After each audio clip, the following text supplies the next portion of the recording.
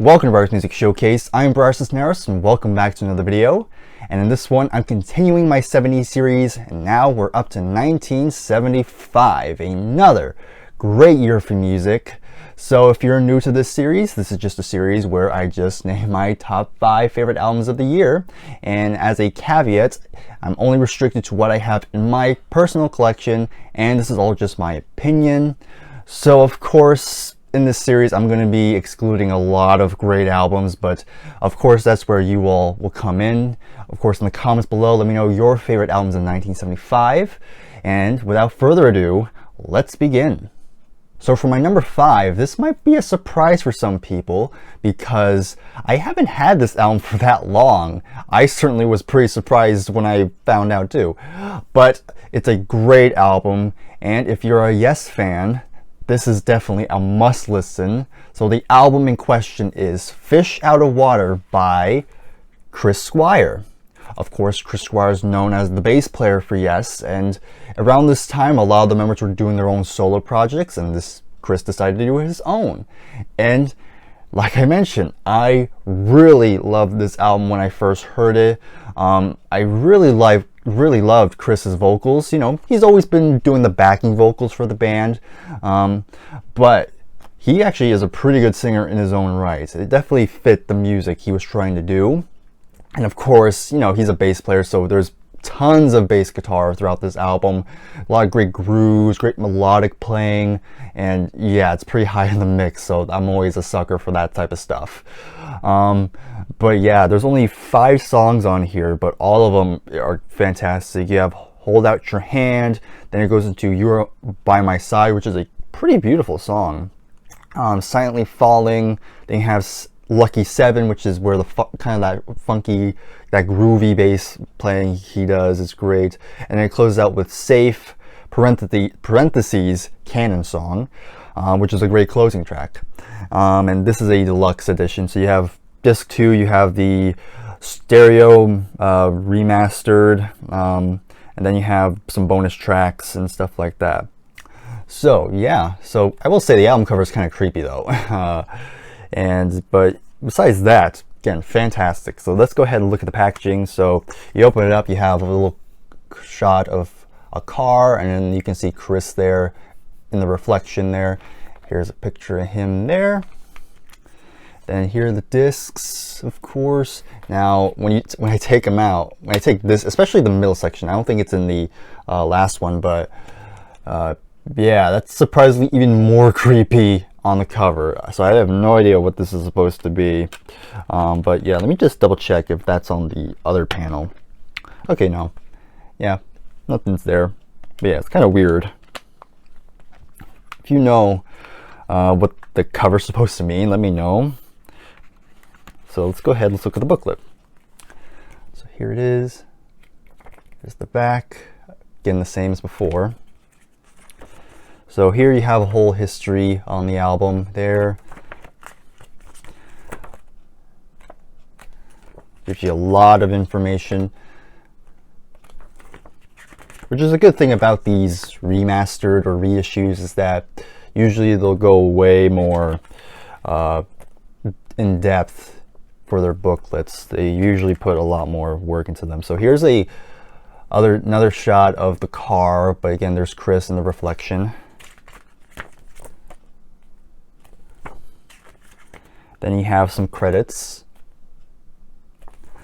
So people who played on the album, there's a lot of people, but you have Bill Bruford. Of course, at this point he was out of Yes, but he was still helping out. You have Mel Collins on saxophones, Jimmy Hastings on the flutes, Patrick Moraz, who was on Relayer from Yes, who does organ and bass synthesizer, Barry Rose, the pipe organ, Andrew Price Jackman, acoustic and electric piano, and yeah, a lot of other people. But yeah, so let's continue. Here you have some more stuff. There are the lyrics, and the last page is kind of sweet because you have lyrics to the last song, and then on this page you have a little tribute to Chris, because I believe he already passed away by the time this reissue came out. So dedicated to the memory of Chris Squire, March 4th, 1948 to June 27, 2015. Yep, good tribute to one of my favorite bass players ever. So yep, let me just slide this in. All right, and then there you have it. That's number 5 for my 1975 list. Moving on to my number 4. Here on out, I have a lot of history with these albums, so that's why they're pretty high for me. So number 4 is going to be Styx with Equinox. So yeah, so this is kind of when Styx were really starting to find their stride, because they released 4 albums previously and they're pretty solid for what they are, but this is kind of when I feel they really became the Styx. Well, almost. This was still before Tommy Shaw joined the band, so almost there. But it's so close. But still, very great stuff. This is a great rock album. Even little hints of progressive rock as well. Not a whole lot, but just a little sprinkle of it, of course. So let me see. So the album cover is kind of cool. You have fire on some ice, which is kind of nice, and the back cover is the same thing. So it starts out with Light Up, which is supposed to be a metaphor for weed, but anyhow, you have a minor hit on here with Lorelei, which is pretty great. That's a Dennis DeYoung one, and also JY too, because he co-wrote this one.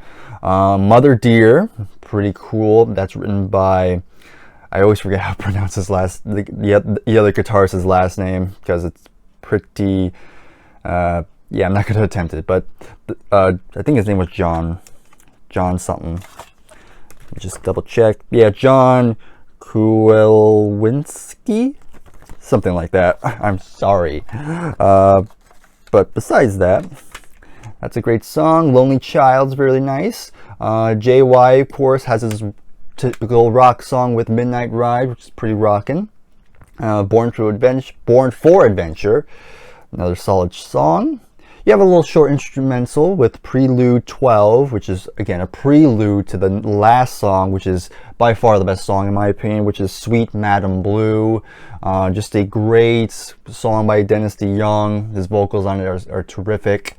And yeah, just a great, supposed to be like a song, because this came out around the time of the bicentennial for America. So yeah, that was pretty much on their minds. So they kind of wrote a song for America.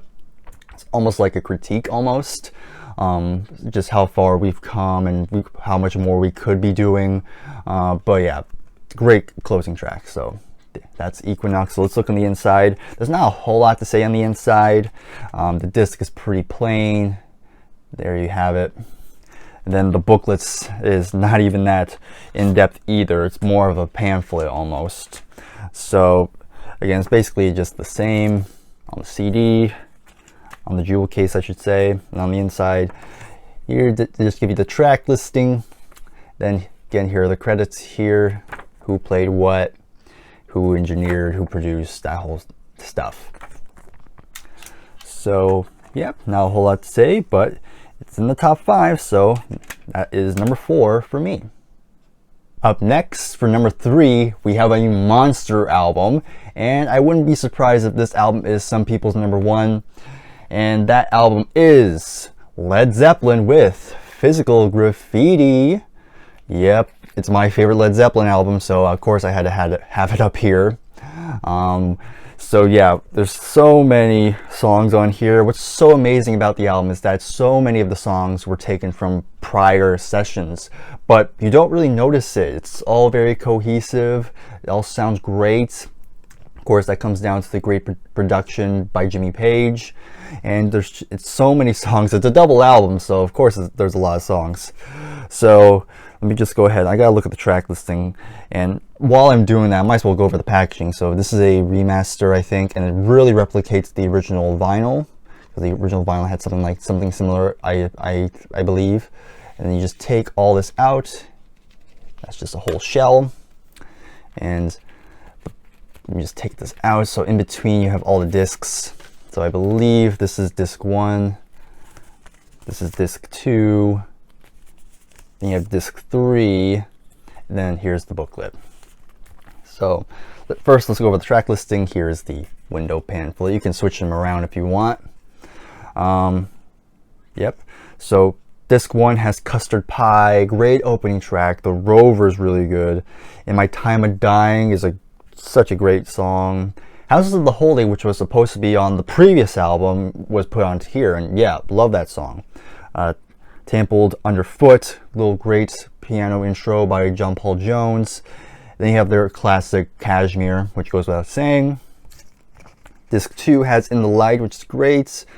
I will say disc 2 has some songs that definitely aren't as strong as the other songs, but still great stuff. Like Down by the Seaside. I hear so many people aren't a fan of that song. I disagree. I think that's a terrific song. Really underrated in my opinion. 10 Years Gone, the Wonton song. Yeah, it's just like, there's so much more, but yeah, great stuff. So let's look at the discs before we get to the booklet. So I believe this is disc 1. You just have to slide it on the side. I think they all have the same disc. So yep, this is disc 1, again on the Swan Song label. So put that to the side. And then let's get out disc 2, which I believe is this. So there again, same thing. Where did I put it? There it is. It was on my lap. Then the last one, which I believe is just a bunch of bonus stuff in a nice kind of negative look.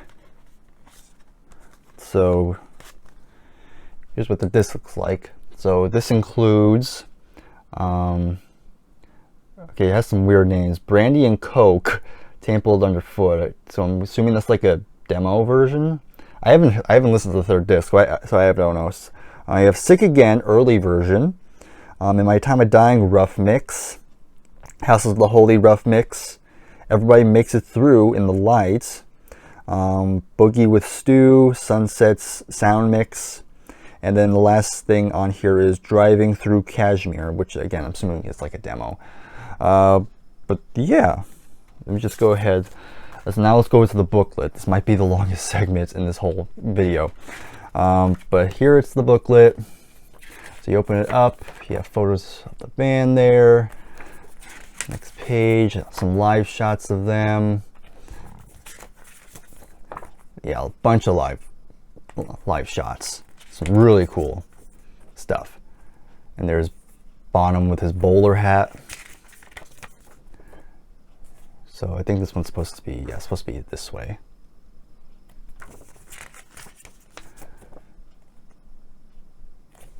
Like, I mean, this is basically Led Zeppelin at their peak, basically. Like, from here on out, they're on top of the world. So I'm not gonna put all this back because it'll take too long. But let me just at least put the windows back in. But yeah, that's number 3, Led Zeppelin, Physical Graffiti. Moving on to number 2. This album had to follow up a monstrous album. This band's previous album it got tons of praise. So how could they follow it up? Well, Pink Floyd followed up Dark Side of the Moon with Wish You Were Here. And when this album first came out, many critics were kind of lukewarm on this album. Many think it didn't at all match the power of Dark Side. But over the years, over the decades, this album has gone down in history as one of Pink Floyd's best, and to some people, this is some people's favorite Pink Floyd album in general, which I won't argue with that because it is a great follow-up.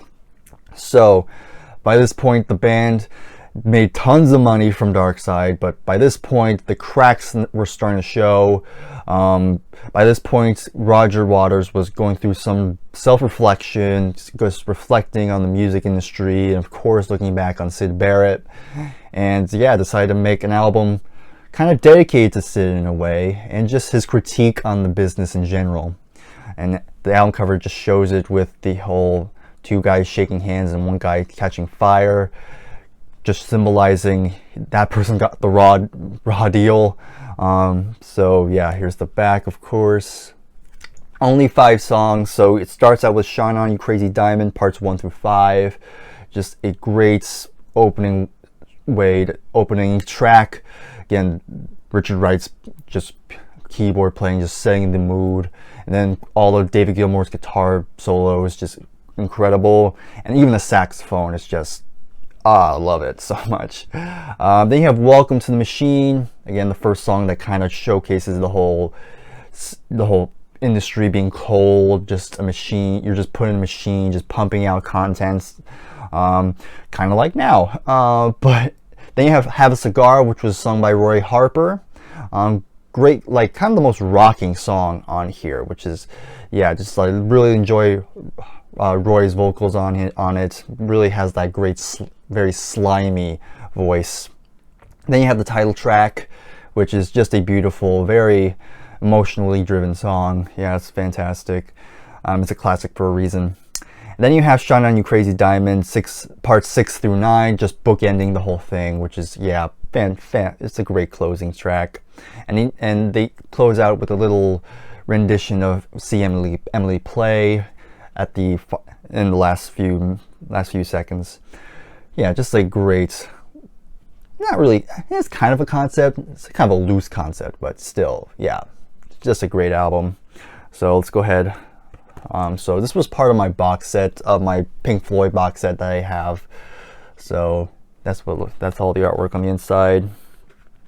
So let's take out the content from the sleeve. So here's what the disc looks like. Here it is, kind of colorful. I like the blues and the greens. Then here's the booklets. They open it up, gives you the credits there and the track listing. Then here we have some lyrics. There's Gilmour right there. Yep.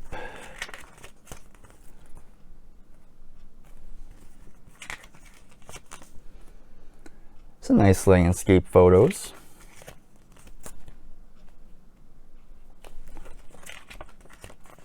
Last page. All right, so there we have it. That's number 2, Wish You Were Here by Pink Floyd. So of course, like always, before we get to number 1, let's showcase some honorable mentions.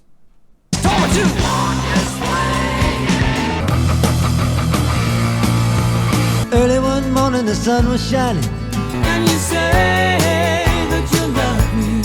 How many friends have I really got? So finally, we go to my number 1 favorite album of 1975. Again, if you know me, this probably won't be a surprise. It's gotta be Queen, Night at the Opera. So, yep, I mean, it's my favorite Queen album, so of course I'm going to be biased. But besides that, so let's go ahead and move over here, and let's go ahead and take a look at the vinyl. So here's my vinyl copy, of course. Let me just take it out. Before I do, let's showcase the record itself. It's an American pressing, by the way, so it has the Electra butterfly label, which is very nice. I love the look of it. And now let's go ahead and take it out here. So here it is. So here's the back, of course, very elegant, you know, trying to look like an actual opera, I don't know, like program or something like that. So then we open up, you have the gatefold. Of course, you have all the lyrics throughout. Let me just show over here so you might have a better look. And of course, you have the members of the band on the bottom here. And of course, it has to say no synthesizers, which is a common thing, especially during this time. Let me see, what else did they say? I know they put like little jokes in the whole the cast. Like for Freddie Mercury, it says vocals, Beckstein debauchery, and more vocals. So yeah, let's see, any other little jokes in here that's in here. There's probably more, but that's probably all I'm going to show for now. But yeah, absolutely was a must-have for my vinyl collection, so I'm very happy to own it. Of course, though, I do have it on CD as well, so here it is. So this is a 2011 remaster, so trying to replicate the record as faithfully as it can. So we open it up. This is actually a 2 CD pack, so here's disc 1, just has the original album, And on the other side, you have a bonus EP right there. And you have Keep Yourself Alive, Long Lost Retake. It's actually a bit more faster than the original on the first album. Then you have Bohemian Rhapsody Operatic Section A Acapella Mix. Then you have You're My Best Friend Backing Track Mix. I'm in Love with My Car Guitar and Vocal Mix. And 39 Live at Earl's Court, June 1977. And Love of My Life South American Live Single, June 1979. So pretty cool. And also, you also get a little Queen logo there on the back.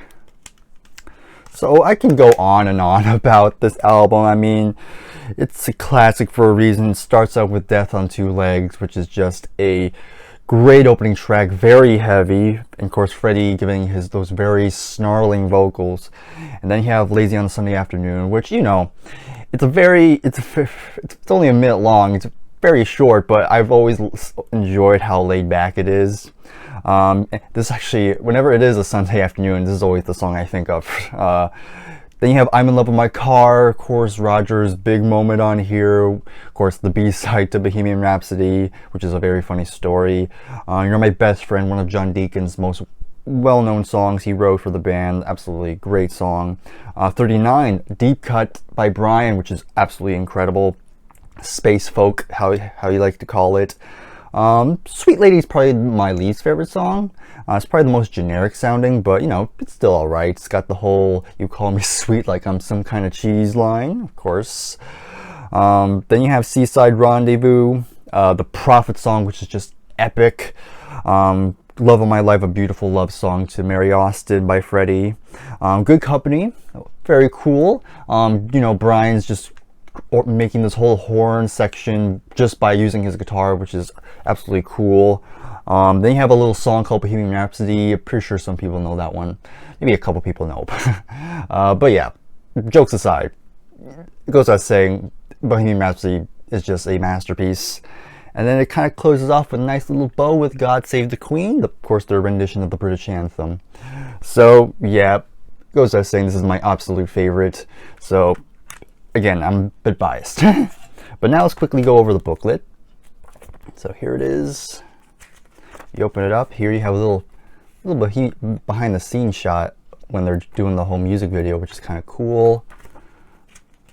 And here they actually replicated the credits as shown in the record sleeve. And of course you have the lyrics, and then you have some nice photos during that time.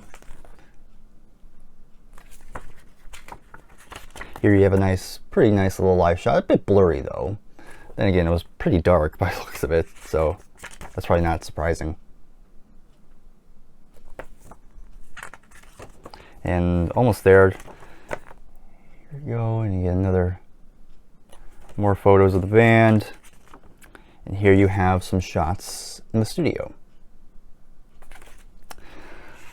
So yeah, that is my #1 favorite album of 1975. But of course, there's always tons more that I didn't mention. So that's where you all come into play. So in the comments below, let me know not only your thoughts on my picks, but also if there's some albums that you love from 1975, please drop them below. I look forward to reading those comments. Until then, I'll see you next time. Well, not sure what the next video will be, but look forward to 1976, another great year for music. So until then, I'll see you in the next video. So take care and goodbye for now.